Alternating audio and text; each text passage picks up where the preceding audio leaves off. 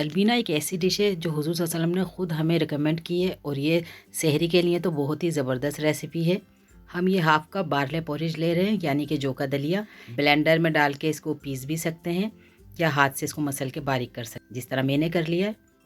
ये 6 से 7 खजूर हैं, इसका मैंने छिलका और गुठली अलग कर ली है। एक पैन के अंदर मैं दूध ले रही हूँ जो 750 ग्राम है। हाफ़ कप इसमें जौ का दलिया शामिल कर देंगे, जिसे हमने हाथ से दरदरा कूट लिया था। अब हम इसको उबाल आने तक मुस्तकिल चम्मच चलाते रहेंगे।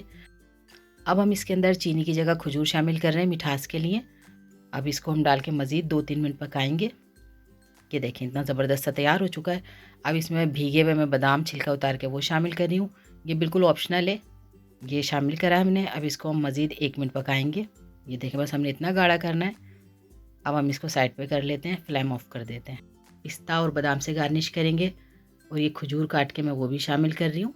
जो मेवा आप चाहें डालें, चाहे तो आप इसे स्किप भी कर सकते हैं। अपना बहुत ज़्यादा ख्याल रखें। अगली रेसिपी तक अल्लाह हाफिज़।